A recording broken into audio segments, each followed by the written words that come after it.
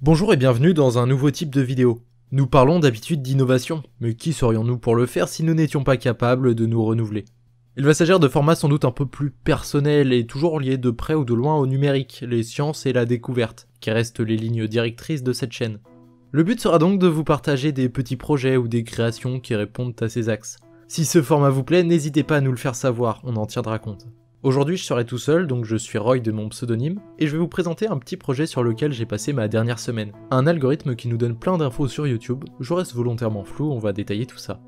Au-delà de la création des vidéos, j'aime particulièrement le codage et aussi faire des graphiques, avec ce qui me tombe sous la main.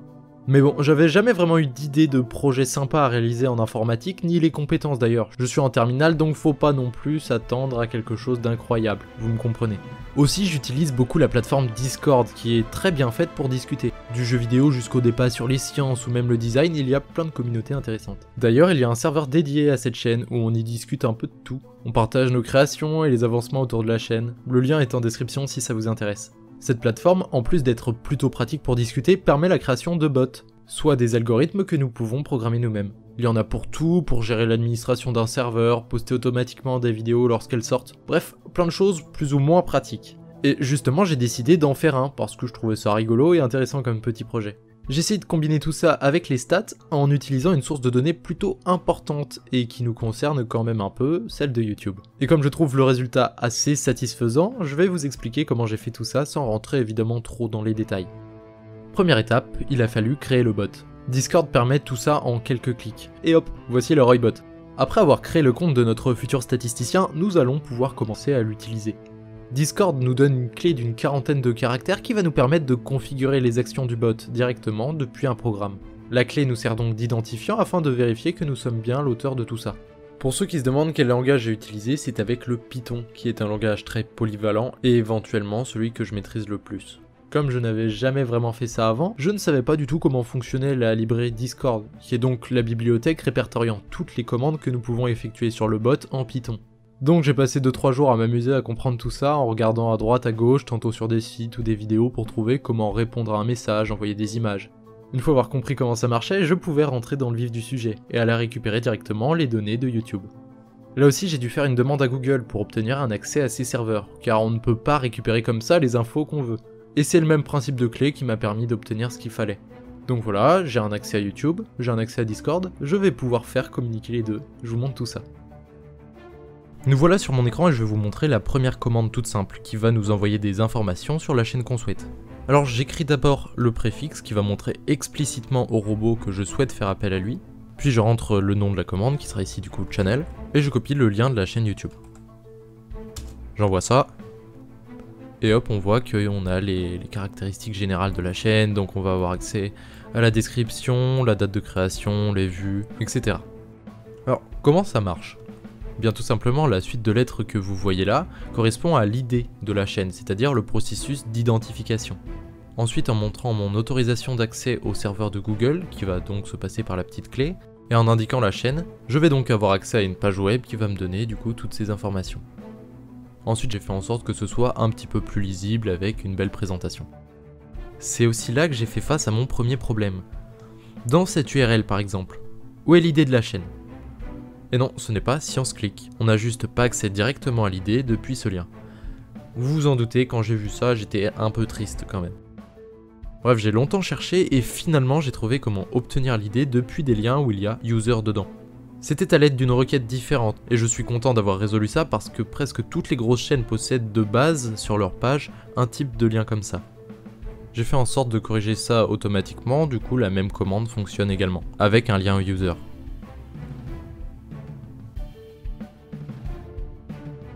Sinon je suis très content du petit emoji que vous voyez là. J'ai tenté un peu au pif et en fait ça a bien marché. Quand je reçois les informations de la chaîne, j'ai aussi accès à la provenance. Donc FR pour la France, BE pour la Belgique, etc. Et sur Discord, il y a un type d'emoji lié au drapeau qui s'écrit flag, underscore et le pays. Il m'a suffi de mettre les informations des chaînes et hop, ça marche. Grâce encore à l'idée des chaînes, nous pouvons obtenir quelque chose d'intéressant. L'idée des vidéos. Et c'est avec ça que nous pouvons avoir accès directement aux statistiques de ces vidéos. Il y a plusieurs moyens d'obtenir l'ordre des vidéos, dont principalement l'ordre chronologique ou l'ordre en fonction de la popularité en termes de vues. Donc nous voilà avec deux commandes, lastvid et topvid. Donc on remet le préfixe, on tape, du coup ici on va taper lastvid pour la dernière vidéo, on va copier l'URL de la chaîne et obtenir la dernière vidéo de celle-ci. Comme vous pouvez le voir, on a accès du coup aux vues, au nombre de likes, de dislikes, de commentaires, et même un petit ratio d'appréciation en fonction des likes et des dislikes. Cependant, la commande prend aussi un paramètre optionnel en plus. En rajoutant un chiffre, on obtient la n dernière vidéo. Donc si vous voulez l'avant-dernière vidéo, il faut rajouter un 2 à la fin,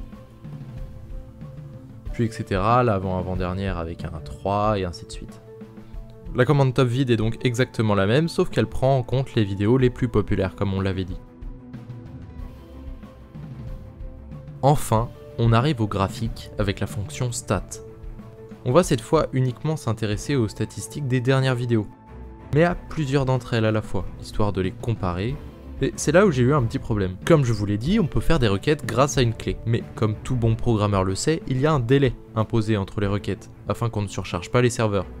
Je crois que mon accès ne me permet que de faire une ou deux requêtes max tous les 2-3 secondes. Donc en quelques centièmes de seconde, j'en avais envoyé plus de 50. Google colère et Google bloquait ma clé d'accès. Yes. Bon, rien de dramatique, j'en ai redemandé une et hop, c'était reparti. J'ai donc dû imposer un temps d'attente de 3 secondes entre les requêtes, on va pas jouer avec le feu. Sauf qu'avec une requête toutes les 3 secondes, on arrive facilement à pas mal de temps d'attente. J'ai limité le nombre maximum de vidéos pour les graphiques à 9. Donc stats, on copie le lien, et ensuite on indique la donnée qu'on veut comparer, donc de base ça prend les vues mais on peut préciser soit les likes, soit les dislikes, ou même le nombre de commentaires. Pour l'instant on va choisir 9, le nombre maximum, et on va choisir les vues, donc views. Donc après le temps d'attente, on va donc recevoir un message avec un joli graphique.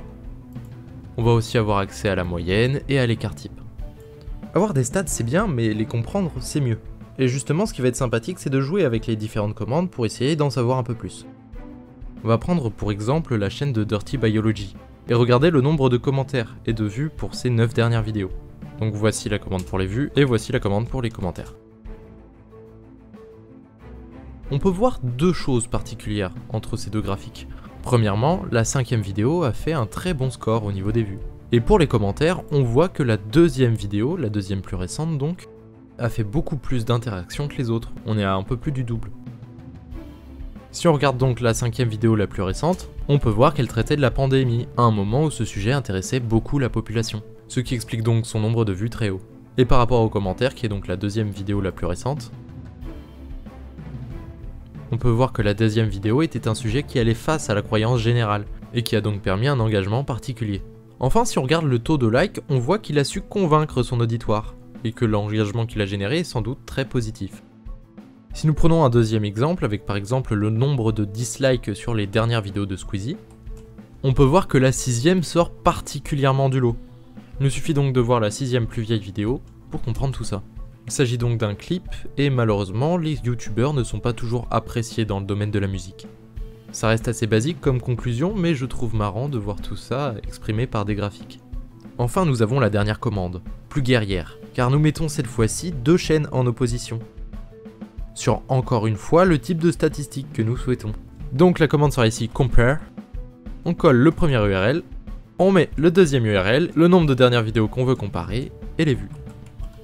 On remarque qu'avec un nombre d'abonnés très différent, on parle de 15 millions je crois pour Squeezie et 100 millions, plus de 100 millions pour PewDiePie, on obtient un nombre de vues par vidéo qui est relativement proche. Voilà, je pense qu'on a fait le tour de ce projet, si vous voulez le tester, il est disponible sur notre Discord. Alors il y a encore pas mal de bugs que j'ai la flemme de corriger, mais globalement ça marche. Globalement. Il faudra tout de même me prévenir si vous voulez l'utiliser pour que je le lance. Je l'héberge sur mon ordinateur, et du coup il faut bien que le programme soit lancé pour que le bot soit connecté.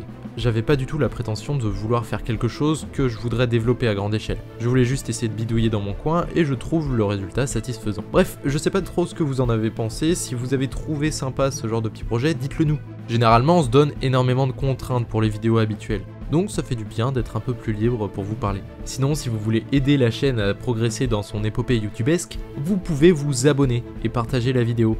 Puis aussi, vous pouvez nous rejoindre sur nos réseaux, dont Discord notamment. Vous étiez sur la chaîne Bonjour Monde, au revoir, et nous l'espérons, à bientôt.